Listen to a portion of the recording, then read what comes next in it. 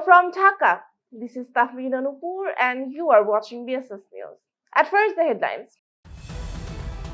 Advisors Council approves 4 ordinances. Ousted Prime Minister Sheikh Hasina sentenced to 21 years in 3 plot scam cases. Advisor Fawzul urges youth to choose innovation over corruption. Postal voting registration temporarily suspended in 7 countries. Very worried. Hong Kong fire survivors hunt for the missing. Now the details.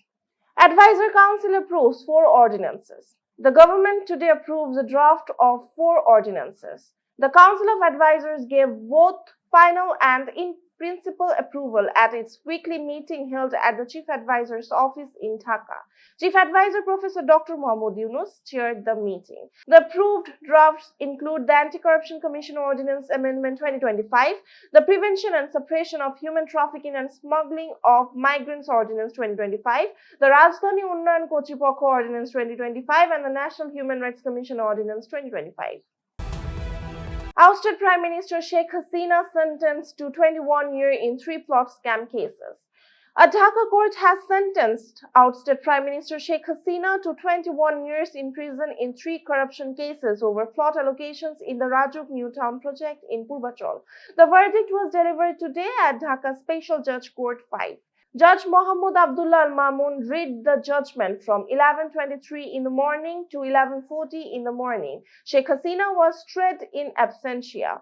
The court said the plot was allotted to her without any application and beyond the authorized jurisdiction. The judgment follows the court's decision on 23rd November to set today for delivering the verdict after both prosecution and defense completed arguments. According to the case files, Anti-Corruption Commission Deputy Director Mohammad Salahuddin filed the first case on 14th January 2025 over alleged irregularities in allocating a 10-kata plot. 2 more cases were later filed by Anti-Corruption Commission Assistant Director S.M. Rashidul Hassan and Anti-Corruption Commission Assistant Director Afnan Jannat Kea, naming Sheikh Hasina, Shojib Wajid Joy and Saima Wajid Putul among the accused.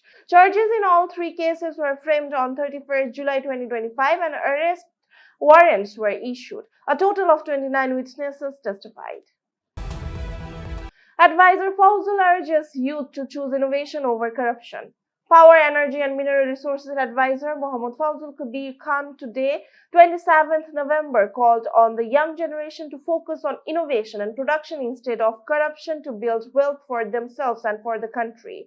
He was addressing the 17th convocation of BRAC University this noon as a chief guest. The advisor said the wealth can be created either through innovation and production or through corruption, and he urged the graduates to choose the ethical path. He told the students that the future economy will value capability over connections and success will depend on skills, adaptability and integrity. He highlighted the need for coding, boot camps, micro-credentials and readiness for global competition. He urged the new generation to avoid shortcuts and help build a Bangladesh founded on ethics and creativity. Postal voting registration temporarily suspended in 7 countries.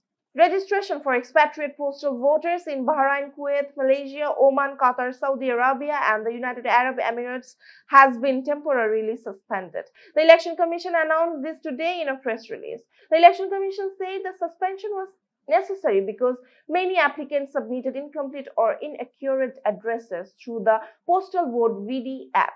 It said that full and correct addresses are required to deliver ballot papers by postal mail. The Commission said further instructions will be given later. For the first time, Bangladeshi expatriates will be able to cast their votes by postal ballot in the upcoming 13th Jatiyo সংসদ elections and the referendum. According to the Election Commission, a total of 53,096 overseas voters had registered through the app as of 1 p.m. today. Very worried, Hong Kong fire survivors hunt for the missing. In Hong Kong, community members are searching for missing residents after the city's deadliest fire in decades. The blaze at Weng Fu Court on Wednesday killed at least 44 people and left hundreds unaccounted for. A 69-year-old resident Koch rescued her elderly neighbor who uses a wheelchair as flames closed in on their building. She said that she ran through the apartment block knocking on doors but did not hear any fire alarm during the incident. By Thursday morning, residents had organized themselves to locate the missing. They created WhatsApp groups and an online spreadsheet, later turned into a web app, where people could mark themselves safe. Many entries were still marked "help needed."